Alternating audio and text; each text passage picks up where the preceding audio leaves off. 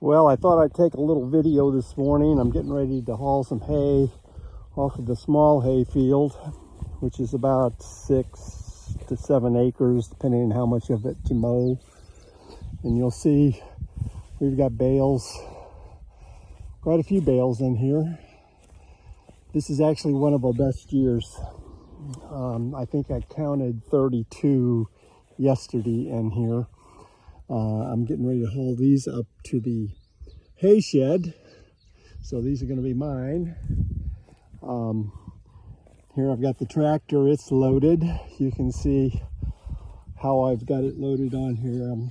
Got one on the front, and then I got 6 on the trailer. And I've got a little 3-point hitch adapter, which was at one time a bale spike, homemade bale spike. I've kind of modified it. You can see it there.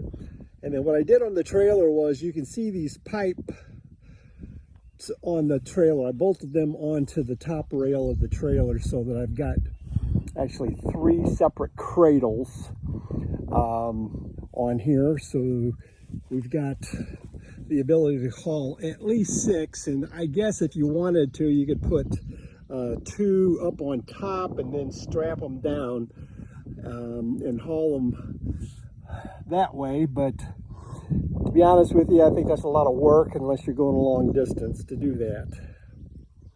And I'm going to walk over here and kind of give you a preview of what we're doing over here in these 2 small hay fields. So there are 2 small hay fields here in this bottom. Each one of them is from somewhere between 2 and 3 acres. I've never really actually measured them off real close. Individually, I just do it as one. So it says it's about 4.5, 4 3/4 acres. Again, it all depends on just how much of it you cut, how close to the tree lines you go, as to how many acres you're actually cutting.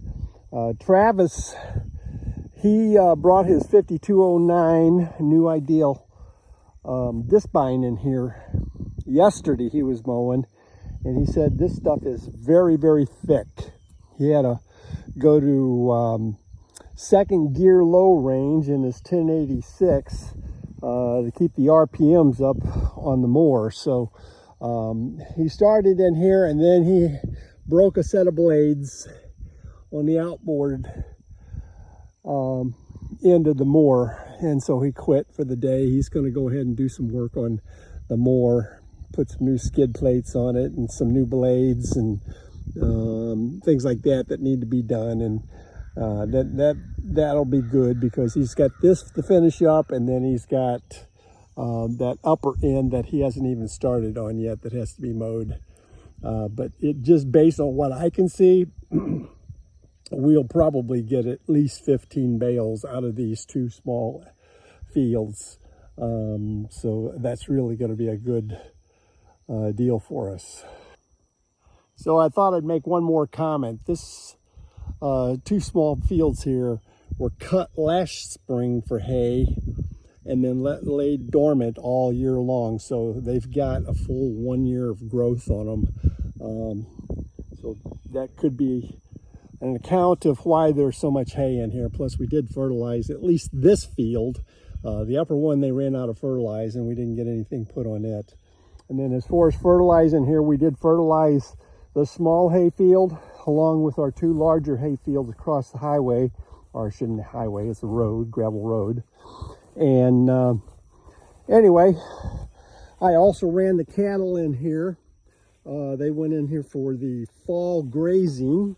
I also used it as grazing for when we were going on a trip or something for 4 or 5 days, 6 days. I could leave the cattle in here, and I didn't have to worry about them running out of feed. So that's really how we utilize this. This is mostly a hay field right now. One day I hope to make this as part of my rotational grazing. By that point, we should have a few more head of cattle. Maybe up to 30 head. That's what I think I can run on about 40 acres here using rotational grazing. So hope you all enjoyed this little video. And I got to get back to work putting all this hay up.